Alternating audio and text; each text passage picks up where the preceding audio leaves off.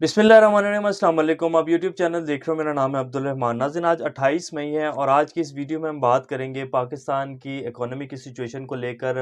हमारे जो वज़ीर ख़ज़ाना है इस टाइम के मुफ्ता इस्माइल साहब, जो कि इम्पोर्टेड हुकूमत के वज़ीर ख़ज़ाना हैं, उन्होंने प्रेस कॉन्फ्रेंस में बताया है कि जी IMF के साथ हमारे स्टाफ लेवल की जो है बातचीत चल रही है और मुआहदा जो है अनकरीब हो जाएगा। और फिर IMF से क्या मिलने जा रहा है पाकिस्तान को। अभी थोड़े दिन पहले हमने आपको खबर दी थी कि IMF ने पाकिस्तान को $1 अरब देने से इनकार कर दिया और उन्होंने ये कहा था कि जी जब तक आप पेट्रोल की प्राइसेस नहीं बढ़ाएँगे तब तक आपको कोई पैसे वैसे नहीं मिलने वाले। आप सब्सिडीज़ को ख़त्म करें, आपके पास तो पैसे नहीं है, डिफ़ॉल्ट करने वाला है आपका मुल्क और आपको हम मज़ीद पैसे क्यों दें। तो आज ही जो है प्रेस कॉन्फ्रेंस की है, मुफ्ती इस्माइल साहब ने एक प्रेस कॉन्फ्रेंस दाग दी और उन्होंने कहा कि जी स्टाफ लेवल के ऊपर हमारी बातचीत हो गई है। इसकी कुछ तफ़सीलात आपके सामने रखेंगे। फिर हमारे जो वज़ीर आज़म हैं शहबाज शरीफ साहब, उन्होंने कल रात जो है कौम से ख़िताब किया है। 23 मिनट का ख़िताब था, टेलीप्रॉम्प्टर के ऊपर ख़िताब किया और उन्होंने बात का आगाज़ जहाँ से किया, पहला एक झूठ जो है वो भी आपको बताएँगे। उन्होंने क्या बोला, हमारे मुअज़्ज़ज़ वज़ीर आज़म हैं और बाइज़्ज़त बड़े इज़्ज़त और एहतराम से हम जो है आपको बताएँगे कि उन्होंने क्या-क्या बातें की हैं और उन्होंने जो कुछ इम्पोर्टेंट्स बातें की हैं, उनमें 5 से 6 पॉइंट्स हैं जो हम आपको बताएँगे। बाकी तो तकरीबन जो सारी बातें थे वो एक सियासी वो दावे थे जो उन्होंने किए हैं। और फिर हमारी जो इम्पोर्टेड हुकूमत है, उन्होंने चेयरमैन नैब की जो तकर्री है, उसको भी अंजाम देने जा रहे हैं और उस के नाम के ऊपर भी जो है मुत्तफ़िक हो गए हैं। वो नाम कौन-सा है? ज़रदारी साहब ने और शहबाज शरीफ साहब ने नाम फ़ाइनल किया है और अपोज़िशन लीडर तो जैसे आपको पता है राजा रियाज़ साहब हैं, जिनको बनाया गया है दोनों फ़रीक़ैन की बाहमी मुशावरत के साथ।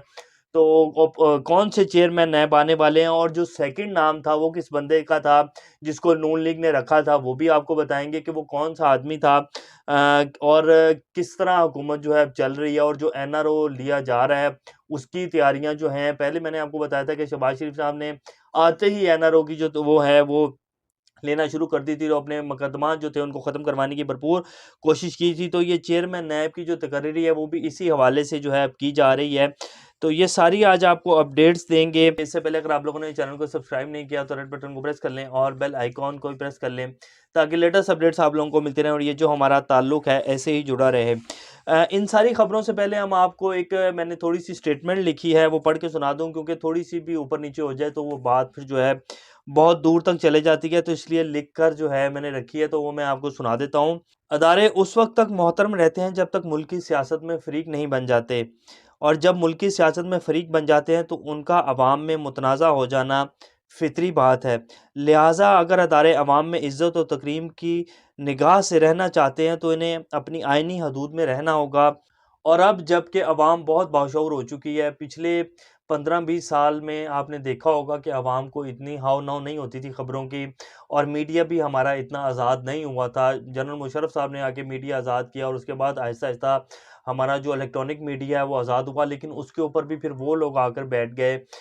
जिन लोगों ने बिकाऊ जो है लफ्ज़ अपने जो अल्फ़ाज़ हैं उनका इस्तेमाल किया और हुकूमतों का बयानिया जो है बताना शुरू किया अवाम को। और आप सारे बड़े-बड़े नाम जानते हैं और उन्होंने क्या किया पिछले कई साल जो हैं पाकिस्तान की अवाम को किस तरह गुमराह किया, मैं अब उसकी तफ़सील में नहीं जाऊँगा।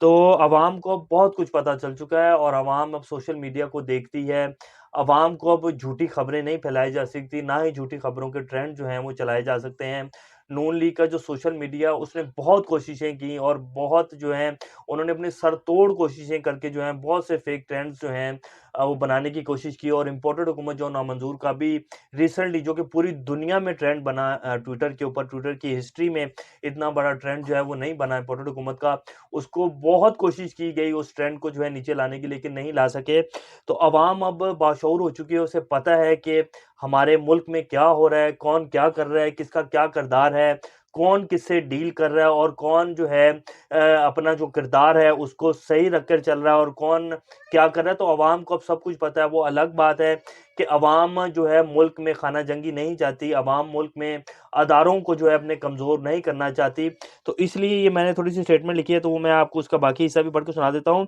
तो अवाम अब बाशऊर हो चुके हैं। तो इन हालात में रियासती अदारों का सियासत में कूदना और रियासत जो कि असल में सिर्फ़ और सिर्फ़ अवाम है, उनके असल हकूक़ को, बुनियादी हकूक़ को चैलेंज करने के मुतरादिफ होगा और इससे सिर्फ़ अनारकी जन्म लेती है। ये एक छोटी-सी वो थी, वो मैंने आपके सामने रख दी है।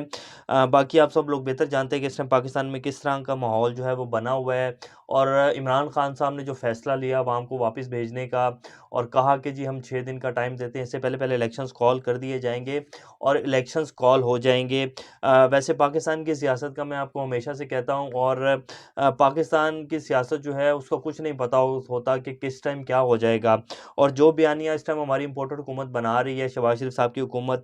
कि जी हम बिल्कुल नहीं जा रहे, हम जो है हमने मुश्किल फ़ैसले जो हैं वो ले लिए हैं और तासुर ये दिया जा रहा है कि जी जितने भी हमारे अदारे हैं वो इस हुकूमत के साथ खड़े हुए हैं। लेकिन आने वाले दिनों में आपको ये सारे जो स्टोरीज़ हैं और ये जो सब कुछ हो रहा है ये अनफ़ोल्ड होती हुई नज़र आएँगी। अब हम आपको बता देते हैं कि हमारे जो मुफ्ती इस्माइल साहब हैं उन्होंने प्रेस कॉन्फ्रेंस की है। उन्होंने कहा कि आईएमएफ से मुज़ाकरात के हवाले से जो हमारे स्टाफ लेवल का मुआहिदा है वो उनके साथ जून में हो जाएगा और उसके बाद जो है मुआहिदे के बाद बोर्ड जो है हमें रकम देने की मंजूरी दे देगा। स्टाफ लेवल के ऊपर बातचीत चल रही है और जो आईएमएफ का बोर्ड है जिसने पैसों की मंजूरी देनी है उससे भी कोई बात नहीं हो रही और जून में जो है वो मुआहिदा होगा। ये इस खबर के बाद आपको बताएँगे कि जून में जो मुआहिदे की बातें हो रही हैं और आईएमएफ से जो पैसे लेने की बातें हो रही हैं और फिर मुस्तफ़ा नवाज़ खोखर साहब ने एक बड़ी इंपॉर्टेंट बात की है। उन्होंने कहा कि जी आईएमएफ के पास जो है आईएमएफ से जो डील करने जा रही है हुकूमत, ये हमें फ्रेश मैंडेट के साथ यानी इलेक्शंस के बाद जाना चाहिए था। तो ये जो गुत्थियाँ हैं ये भी थोड़ी-सी सुलझाएँगे और ये जो सारी स्टोरीज़ हैं ये अनफ़ोल्ड होती जा रही हैं और आपको पता चलेगा आने वाले दिनों में कि पाकिस्तान इलेक्शंस की तरफ जा रहा है या ये लोग जो हैं सवा साल पूरा करेंगे। तो उन्होंने कहा कि जी आईएमएफ के जब मुआहिदा हो जाएगा उसके बाद आईएमएफ हमें $3 अरब देगा और हमने वैसे उन्हें कहा कि जी आप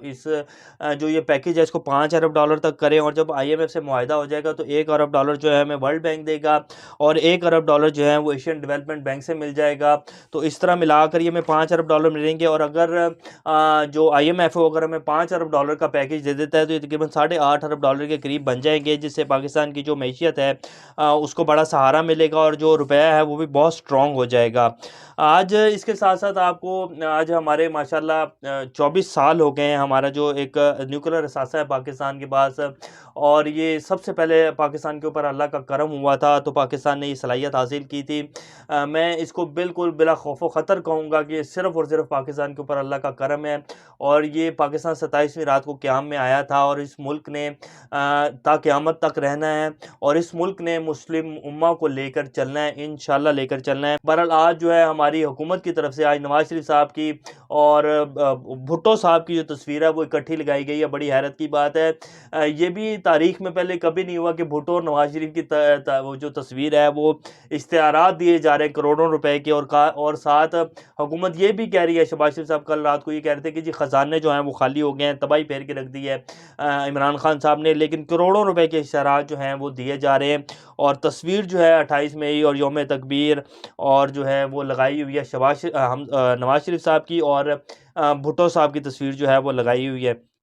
तो बहरहाल हमारी जो आईएसपीआर उन्होंने क्या कि जी मुसल्लह अफ़वाज जो हैं वो किसी भी किस्म की जारियत का मुकाबला करने के लिए और सामना करने के लिए तैयार हैं। अल्लाह हमारी पाक फ़ौज को सलामत रखे और इसी वजह से हमारा मुल्क बचा हुआ है, वरना जितनी जो कुछ पाकिस्तान के ख़िलाफ़ साजिशें की जा रही हैं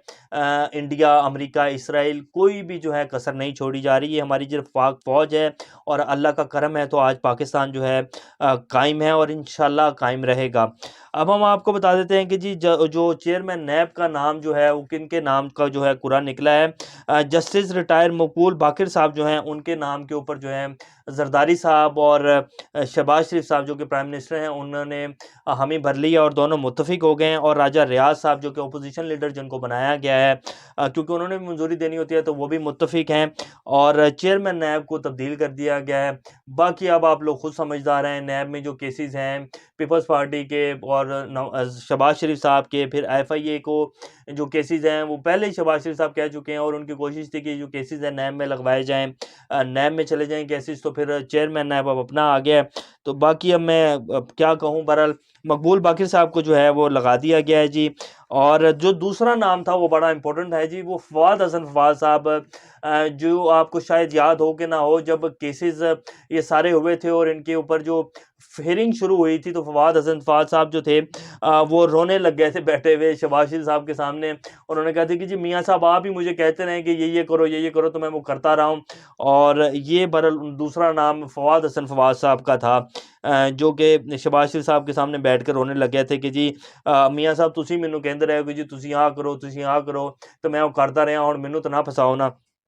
तो ये सूरत हाल है जी। हमज़ा शहबाज साहब और शहबाज शरीफ साहब की आज पेशी भी थी स्पेशल अदालत में। तो वहाँ जो है उन्होंने कहा कि ये सारे फेक केसेस हम पर बनाए गए हैं और हम इन केसेस से जो है कोई भी ये यानी कि इन केसेस की उनसे जो है हैसियत से इनकार करते हैं और ये सारे फेक केसेस हैं। तो आगे से आगे तारीखें मिलती जा रही हैं और एनआरओ का जो सिलसिला है वो चल रहा है। अब आपको बता देते हैं लास्ट में जल्दी जल्दी कि शहबाज शरीफ साहब ने खिताब किया और उन्होंने खिताब शुरू करते हुए कहा कि जी अवाम का शुक्रिया अदा करता हूँ मैं कि उनकी जो है उन्होंने वोटों और उनकी हमायत से हम आपकी खिदमत के लिए हाज़िर हो गए। तो आवाम ने तो इमरान खान साहब को वोट दिए थे और अगर जिस दिन आपकी हुकूमत आपने हल्फ उठाया था, आप लोग शायद भूल गए हैं, लाखों की तादाद जो है आवाम सड़कों पर निकल आई थी। पाकिस्तान की तारीख में पहली दफ़ा हुआ है। इमरान खान साहब ने सिर्फ थोड़ी सी कॉल दी थी कि आप सड़कों पर निकल कर एहतजाज करें और ये पीटीआई को भी नहीं पता था कि इतनी ज़्यादा तादाद में आवाम जो है पूरे मुल्क में 50 के जो बड़े शहर हैं उनमें लाखों की तादाद में आवाम सड़कों के ऊपर आ गई थी। और पाकिस्तान की तारीख में इतना बड़ा प्रोटेस्ट कभी नहीं हुआ था कि कोई लीडर सड़कों पर नहीं था और आवाम सिर्फ जो है